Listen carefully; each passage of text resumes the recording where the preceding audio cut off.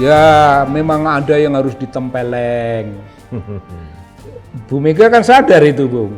Ada harus ditempeleng, ada yang harus ditendang, dan ada yang harus seperti Ratu Kalinyamat, genggeman, yang dia percaya bahwa inilah satu-satunya bahasa yang dikenal oleh mereka. Ya Bu Mega, oh tidak begitu, bahasa yang dikenal itu banyak, sindiran halus, persuasi, dan kepemimpinan yang mengayomi. Marah kepada orang yang merusak demokrasi, marah, ya tetap marah tapi tidak menendang. Kue raisin, wah gitu, kue raisin, gawe rusak kaya ngono. Kue anggota partai kok gawe rusak tole. Kue ki cah ngendi, raisin gue. Pertanyaan itu udah mematikan sebenarnya. Atau lagi mungkin ditambahin lagi, kue raisin, wis dimuliakan partai kok. Oh bisa. Jadi pengkhianat. Bisa, kue raisin kue, wis mulia, wis sugih, wis ora kurang suatu apa. Jadi pengkhianat. Tapi kau masih meludahi kehormatan partai. Kue ki jan sontoloyo. Nah begitu itu kalau makin marah. Kue ki jan sontoloyo, kue cah ngendi to kue?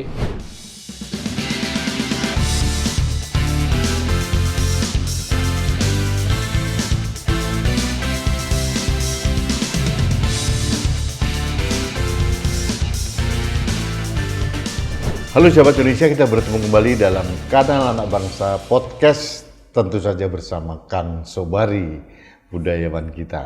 Nah ini menarik. Sahabat Indonesia, kebetulan kami berdua kemarin diundang sebagai salah satu wakil dari masyarakat sipil atau civil society dalam pembukaan Rakernas PDI Perjuangan tanggal 24 Mei. Kami hadir karena kami merasa bahwa kami ini adalah warga bangsa yang sangat peduli tentang bagaimana kita menumbuh kembangkan kembali demokrasi di Indonesia yang sempat remuk redam di masa proses Pilpres tahun 2024 ini. Betul. Dan kita memang sangat berharap partai yang bisa inline dengan perjuangan kita sebagai pejuang demokrasi adalah PDI Perjuangan. Itu intens kita. Kami berdua bukan kader dari PDI Perjuangan, bukan anggota, tapi perjuangan kami inline atau sejalan dengan perjuangan ideologi PDI Perjuangan. Betul. Khususnya dari Ibu Megawati Soekarno Putri. Betul. Itu intens saya kenapa kami datang. Nah, ada beberapa hal yang menarik yang disampaikan oleh Bu Mega pada saat pembukaan Rakernas beberapa hari yang lalu yang membuat kami tersentak dan kami merasa inilah yang kita tunggu-tunggu.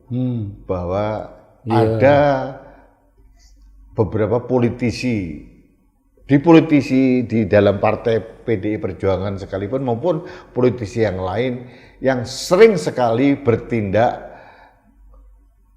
menyimpang melakukan narasi yang selendru atau melakukan deviasi gitu yang tidak sesuai dengan kebijakan atau garis partai. Betul. Nah, ada beberapa kelompok.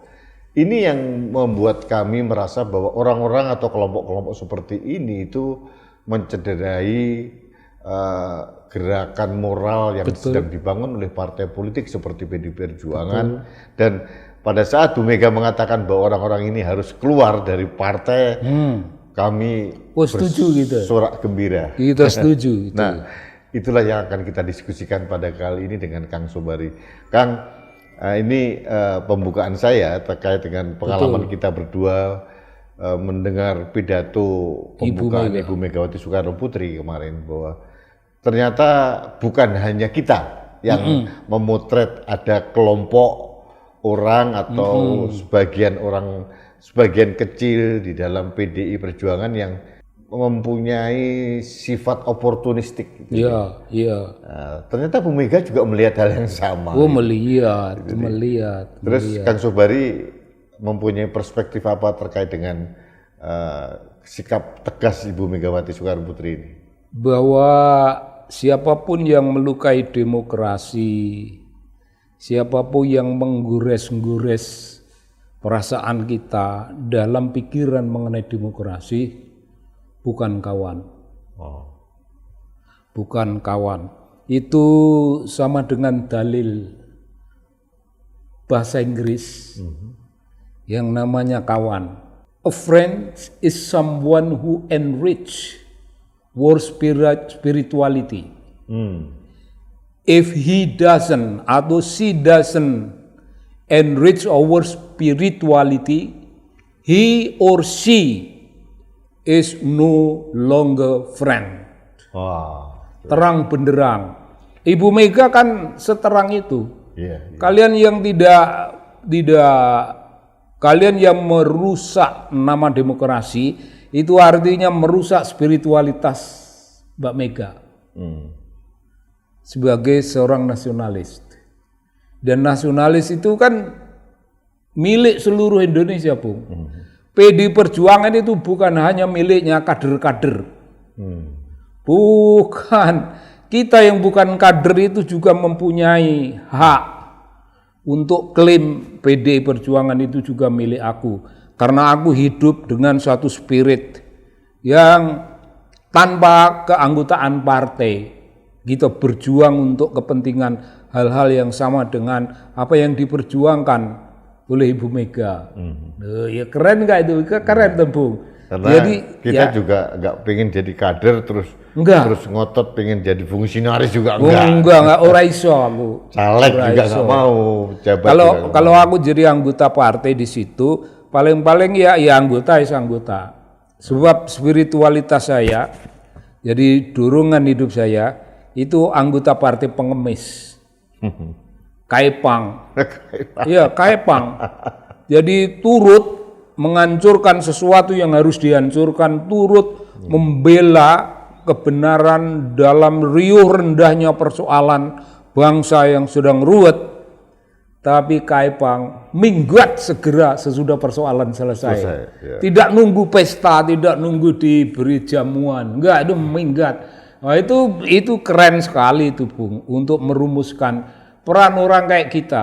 Kaepang, kita ini Kaepang, kita ini orang-orang yang tidak punya interest politik. Menganut dogma Kaepangisme. Iya, Kaepangisme. Kan, Bu Mega ini kan bukan sekali dua kali mengatakan hal ini sebetulnya. Iyalah. Di hadapan para kadernya. Iya. Kalau menurut Kang Sobari ya, karena saya tahu yang dituju oleh Bu Mega, dimaksud Bu Mega itu orang-orangnya, he or she itu ada di situ, gitu kan ya? Pasti mendengarkan. Gitu. Iya. Itu ketoknya mereka tersindir nggak sih? Kalau orang itu ndablek, dan banyak orang yang ndablek ya, politisi dan fungsionaris parlemen, orang-orang Senayan, niscaya banyak yang ndablek. Ndablek tidak peduli pada ini, pada itu, karena kami hidup dalam apa yang namanya comfort zone. Zona nyaman. Dalam comfort zone, comfort yang luar biasa.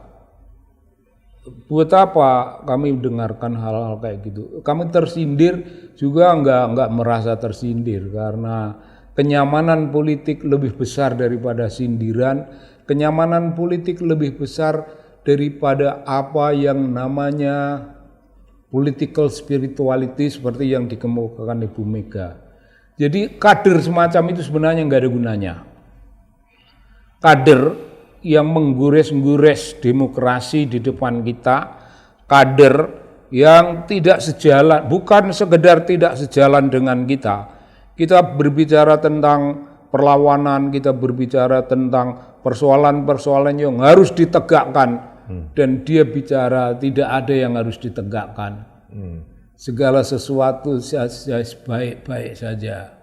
Jadi, dalam pemilu yang penuh dengan kekotoran semacam itu, bagi dia itu baik-baik saja, karena dia budak, bisu dan tuli, tidak bisa memiliki sesuatu jadi yang namanya komitmen. dogma bebalisme. Gitu. Babalisme itu bebal betul, itu bebalnya bebal. Dan menurut saya memang ya tidak tahu malu dan barbar ya. Artinya mereka sama sekali ini bagi saya ini agak sedikit orang-orang yang menyimpang ya. Iya. Karena mereka tidak sadar bahwa mereka ini ditarik, dibesarkan, dimuliakan oleh Ibu Megawati juga dalam Iyalah. PDIP gitu loh. Besar keluarganya, terkemuka, established ekonominya. Mantap. Tapi bagi Bu Mega ini persoalan penting yang kita renungkan. Jadi dari suatu perspektif orang seperti itu harus ditendang. Dari satu perspektif. Orang itu harus ditendang dari partai dan tidak boleh berada lagi di dalam lingkungan partai. Aku ya perlu nendang. Aku cukup memberikan suatu sinyal bahwa aku nggak senang dengan cara seperti itu. Aku setelah memberikan suatu tanda, pratanda yang begitu besar bahwa itu merusak partai, itu artinya dia sudah bagian yang bukan diterima di partai. Kalau sudah dibilang kau merusak partai, itu artinya dia golongan dari luar, golongan eksternal.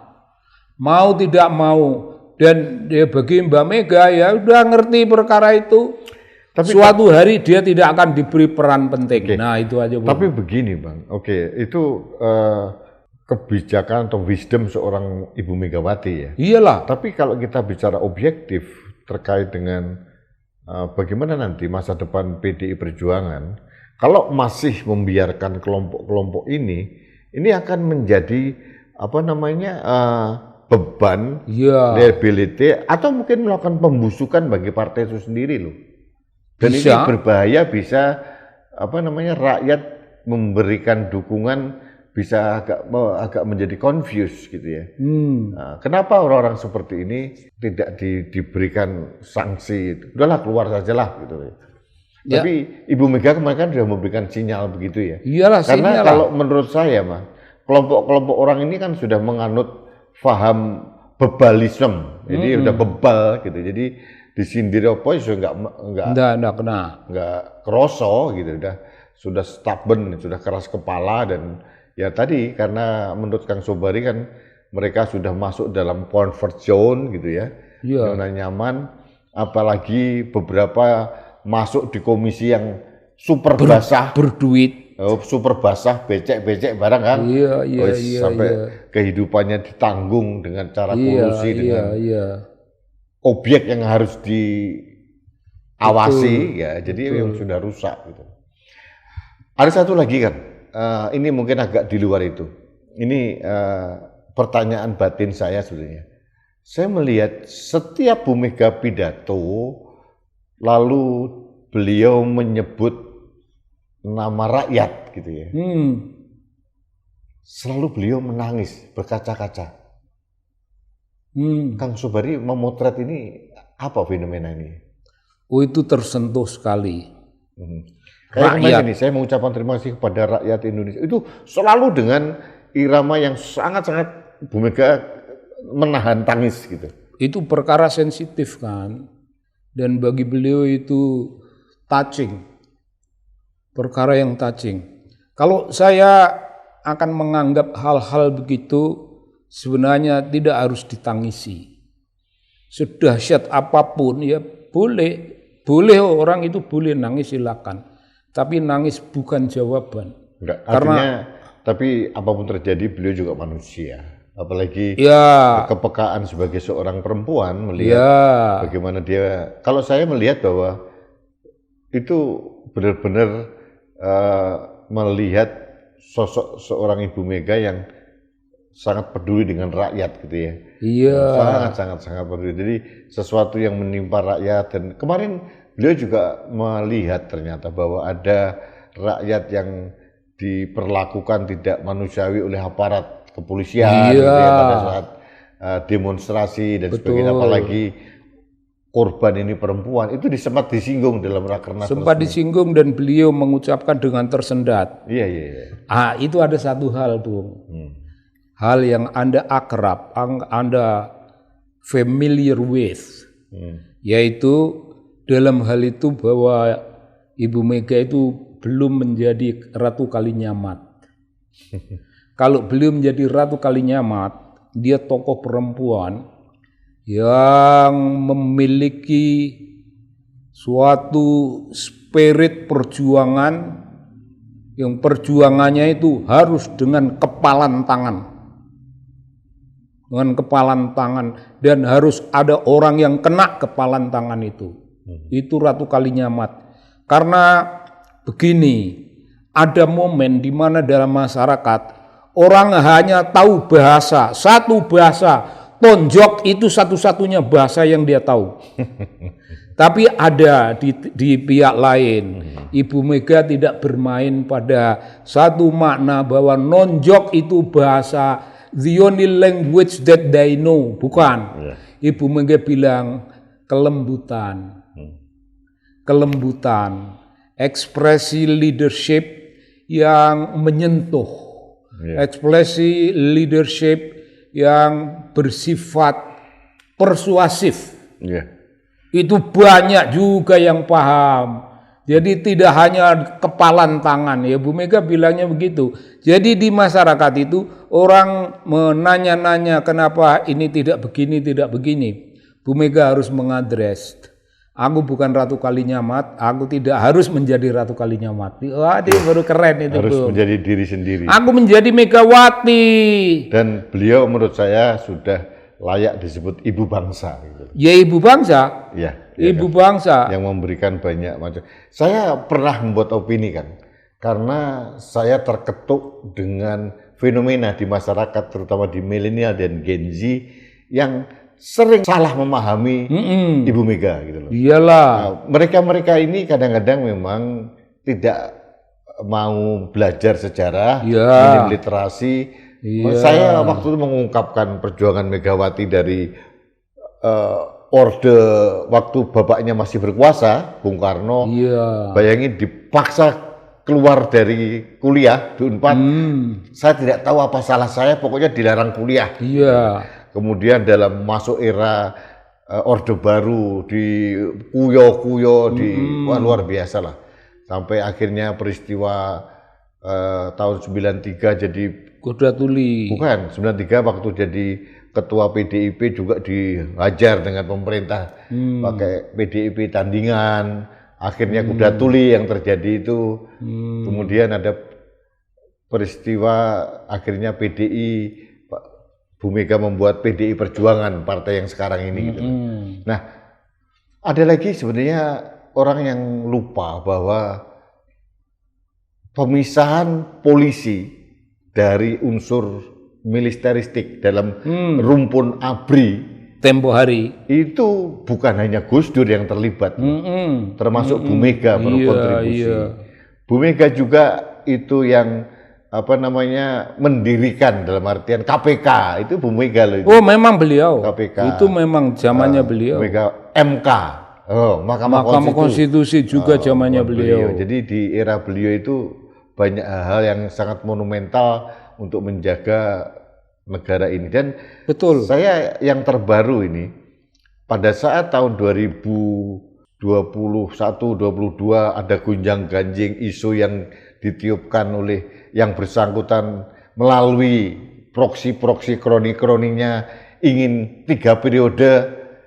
Orang pertama politisi yang mengatakan tidak itu adalah Megawati Soekarno Putri. Tidak setuju. Iya, betul. Tidak bisa, harus taat konstitusi, kata Ibu Mega begitu. Jelas. Kemudian yang bersangkutan minta lagi ada, bukan yang langsung kan, melalui orang-orangnya perpanjangan masa jabatan. Bu Mega bilang tidak. Nah, ini yang disalahpahami orang-orang dan tidak terlalu tahu tentang perjuangan seorang Megawati sehingga bisa beliau dalam posisi yang sekarang itu. Saya jujur tidak seperti Kang Sobari yang mempunyai interaksi personal dengan Bu Mega, sering kenal. Saya ketemu langsung hanya 2 kali dan kemarin sempat disapa ngobrol gitu ya. Tapi saya objektif. Saya tidak, karena saya bukan orang PDIP, saya bukan kader PNI, GMNI, saya juga bukan. Tapi saya hanya orang Indonesia dari satu di antara sekian ratus juta yang ingin menjaga Indonesia gitu. Dan itu syaratnya harus demokrasi. Dan menurut saya Bu Megawati ini adalah simbol atau a mother of demokrasi building di Indonesia. Iyalah. Karena itu para syarat-syaratnya. Itu pernah saya sampaikan kan. Iya. Dan saya mengkritik PDIP waktu itu karena PDIP kurang mensosialisasikan figur sejati seorang Megawati di hadapan publik yang bukan kader loh Mas. Karena yang milih PDIP kan bukan hanya kadernya doang. Ya bukanlah. Ya, masyarakat rakyat umum. pada umumnya. Ini harus diberikan pembelajaran terutama mahasiswa, terutama sosok Megawati yang sebenarnya seperti apa. Ini jarang Mas dimunculkan. Betul. Dan makanya saya mengkritisi juga teman-teman PDIP. Harusnya kalian memsosialisasikan Bu Megawati perjuangannya seperti sekarang, sosoknya seperti ini. Kalau saya mensosialisasikan karena saya tergelitik dan agak sedikit protes, ada banyak kesalahpahaman dari generasi milenial maupun Gen Z terhadap sosok Ibu Megawati. Betul. Dan satu hal lagi yang membuat Jokowi gelap mata. Ya. Itu dua hal yang Anda sebut tadi. Ingin minta 3 periode. Mbak Mega bilang, Dian dongeng apaan ini? Dedongengan dari mana? Politik apa? 3 periode itu melanggar konstitusi. Seorang Megawati kalau ngomong itu melanggar konstitusi, apapun yang terjadi, dia lawan. Apapun konsekuensinya, dia tegak berdiri. Tidak bisa. Karena itu melanggar konstitusi. Lalu bagaimana konstitusi mau diatur-atur demi satu kepentingan? Megawati tidak punya pikiran konstitusi bisa dimanipulasi sedemikian rupa oleh hakim-hakim MK Sontoloyo. Hakim-hakim Sontoloyo yang mengabulkan dalil-dalil bahwa adalah jalannya konstitusi. Tidak bisa. Tidak bisa. Saya selalu harus objektif gitu. Saya nggak punya kepentingan apa-apa.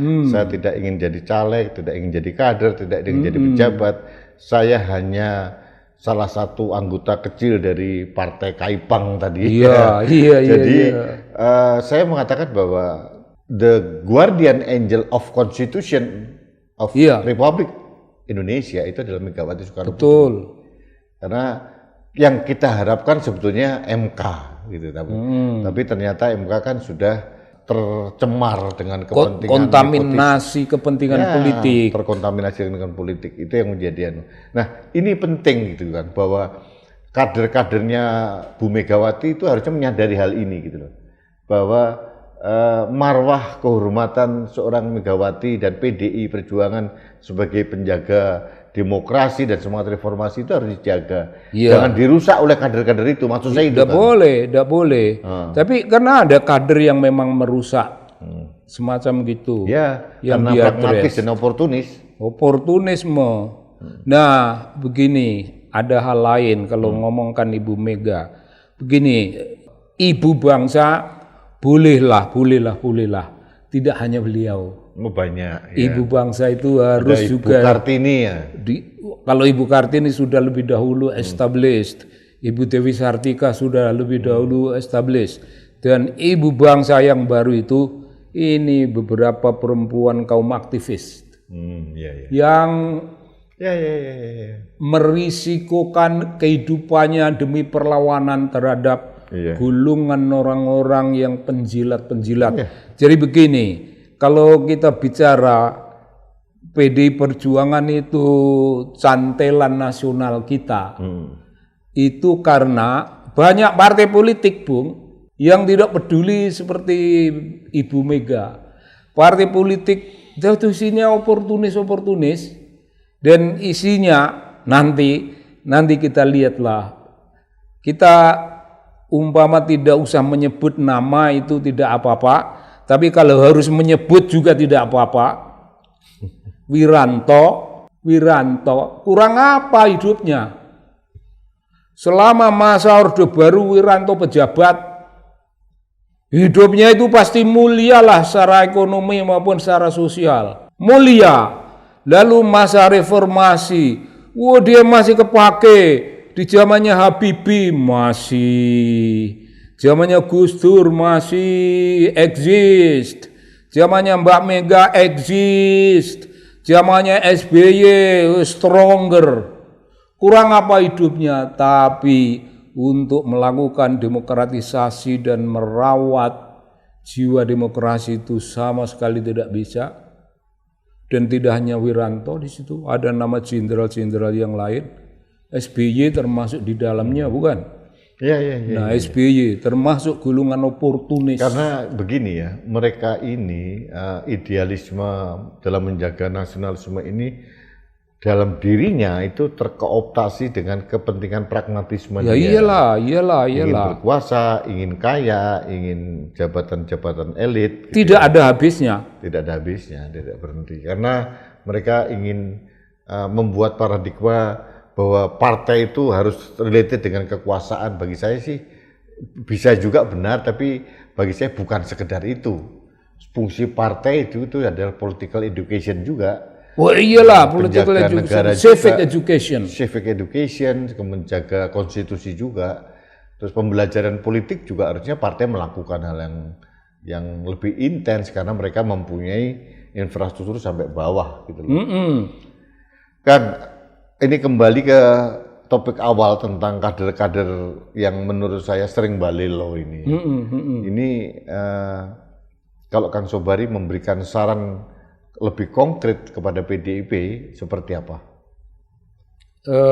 Konkret menurut saya, biarkan saja PDIP menjalani kehidupan politik ini sebagaimana dia telah menjalaninya, yaitu dengan cara dan model leadership yang ada.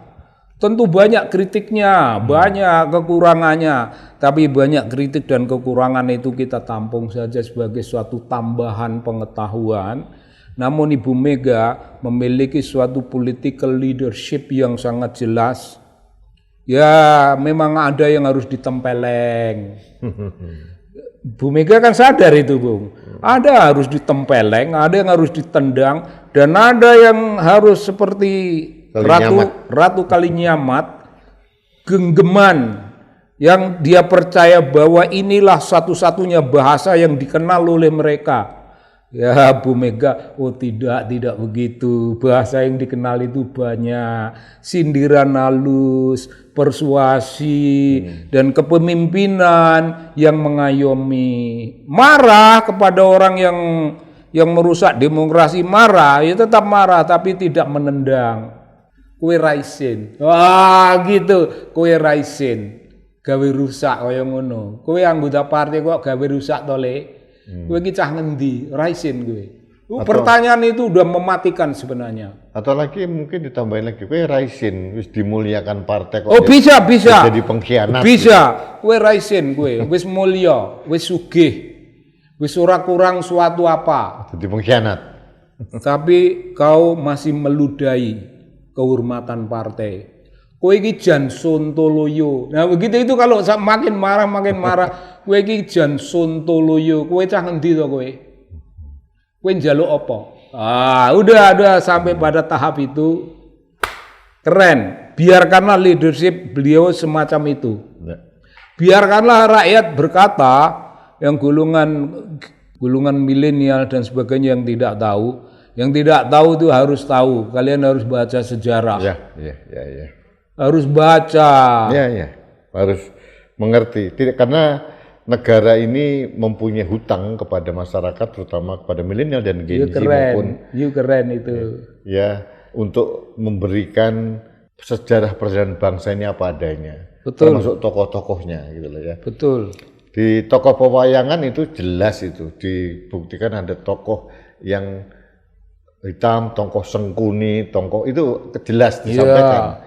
Itu merupakan, dan kita harusnya berani mengatakan hal itu. Ya, mungkin nunggu orang-orang yang bersangkutan nggak ada dulu di dunia itu mungkin baru disampaikan. Tapi itu perlu agar kita tidak mempunyai salah persepsi terhadap figur seseorang gitu. Atau mungkin sebaliknya kita terlalu mengidolakan orang sampai mati gitu ya. Termakan dengan mitos bahwa orang ini sampai tidak pernah salah gitu loh.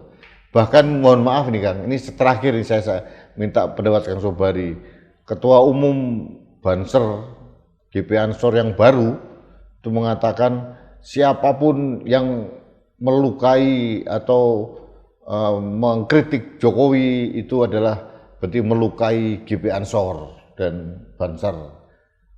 Bagi saya itu berlebihan. Oh, kalau aku nggak apa-apa. Nggak apa-apa kalau aku melukai GP Ansor, aku lukai aja.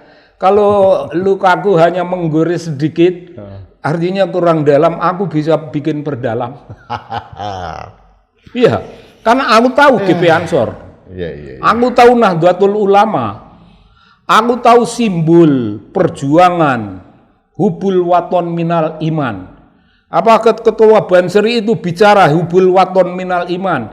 Dia hubul Jokowi minal iman. Bukan hubul waton, hubul Jokowi. Bener enggak itu?